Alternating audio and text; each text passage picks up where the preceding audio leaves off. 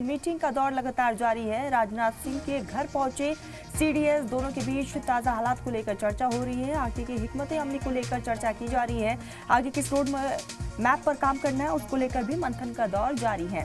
तो आपको बताते चले कि पहलगाम हमले के बाद से ही लगातार एक तरफ घाटी में सुरक्षा के कड़े इंतजाम किए गए हैं, दूसरी तरफ केंद्र सरकार की तरफ से भी बैठकों का दौर जारी है। और इसी कड़ी में रक्षा मंत्री राजनाथ सिंह के घर पर इस वक्त सीडीएस मौजूद है। दोनों के बीच ताजा हालात को लेकर चर्चा की जा रही है। आपको ये भी बता दें कि खुद गृह मंत्री अमित शाह, प्रधानमंत्री नरेंद्र मोदी, रक्षा मंत्री राजनाथ सिंह इस पूरे मामले को लेकर नजर बनाए हुए हैं और अधिकारियों के संपर्क में हर एक अपडेट लिया जा रहा है। और इसी कड़ी में सीडीएस राजनाथ सिंह के घर पर इस वक्त मौजूद है।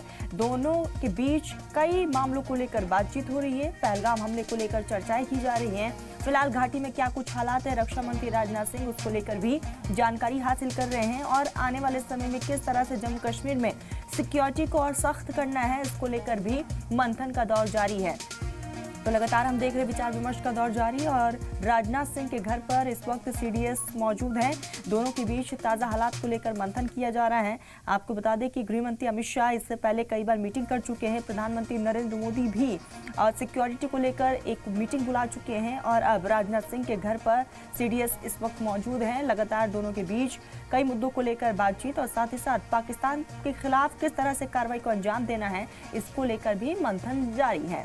एक तरफ हम घाटी में देख रहे हैं सिक्योरिटी फोर्सेस अलर्ट मोड पर हैं। चप्पे चप्पे पर फोर्सेस की तैनाती के साथ ही सर्च अभियान और तेज कर दिया गया है। दहशतगर्दाना हमले के खिलाफ लगातार मुहिम जारी है और दूसरी तरफ लगातार दिल्ली में बैठकों का दौर देखने को मिल रहा है। तो राजनाथ सिंह के घर पर इस वक्त सीडीएस मौजूद है और लगातार फिलहाल घाटी में क्या कुछ हालात है इसको लेकर मंथन जारी है। इसी बीच रिपोर्टर प्रमोद हमारे साथ जुड़ चुके हैं। प्रमोद, लगातार हम देख रहे हैं एक तरफ घाटी में हालात किस तरह से बने हुए, दूसरी तरफ दिल्ली में बैठकों का दौर जारी है। राजनाथ सिंह के घर पर इस वक्त सीडीएस मौजूद है, क्या कुछ जानकारी आपके पास?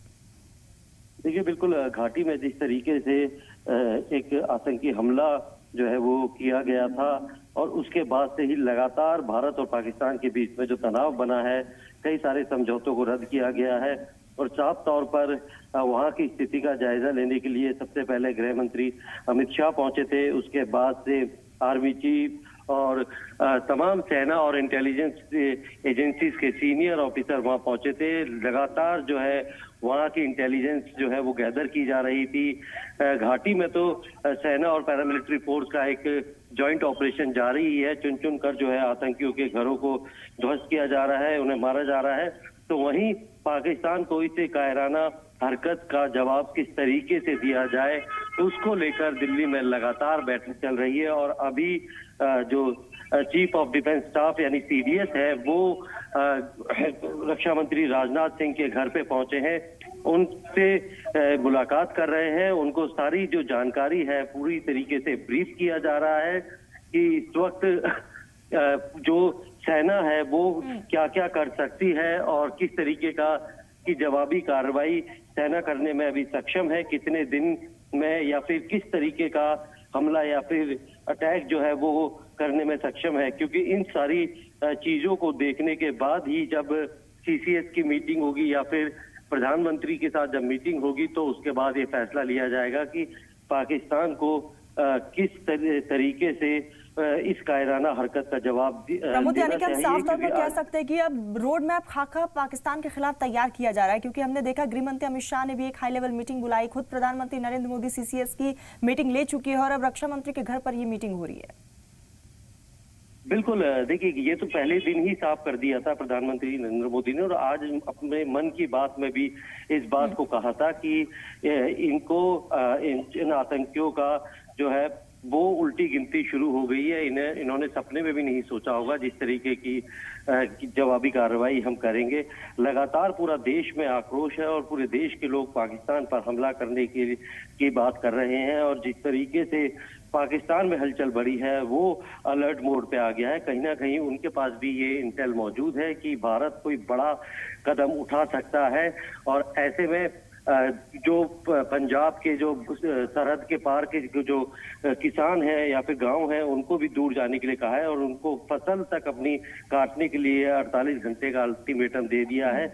और कई सारी ऐसी जो मिलिट्री एक्सरसाइज है या फिर मिलिट्री जो मूवमेंट है, उसकी जानकारी हम मीडिया की तरफ से नहीं दे सकते, एक जिम्मेदार चैनल होने के नाते। लेकिन कहीं ना कहीं पूरी एक प्लान जो है, रोड मैप तैयार कर लिया है और पाकिस्तान को जवाब देने के लिए। प्रमोद, लेकिन इस बीच हम देख रहे हैं कि एलओसी पर भी हलचलें तेज हो चुकी है। पाकिस्तान जो है सीज फायर का उल्लंघन कई बार कर चुका है, लेकिन हिंदुस्तान की सेना ने मुंह तोड़ जवाब जरूर दिया है।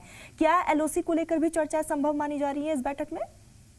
देखिए, हर तरीके की चर्चा होगी। एलओसी सबसे अहम चीज होती है। एलओसी के ऊपर जो इस वक्त हालात है और क्या एलओसी को पार करने का आदेश जो भारतीय सेना को दिया जाएगा, या फिर एलओसी पे किस तरीके की जवाबी कार्रवाई करनी है और किस तरीके के ऑपरेशन किया जाना है, चाहे वो आर्मी की तरफ से हो, एयरफोर्स की तरफ से हो, क्योंकि आईएनएस विक्रांत को भी अरब सागर की तरफ भेज दिया गया था।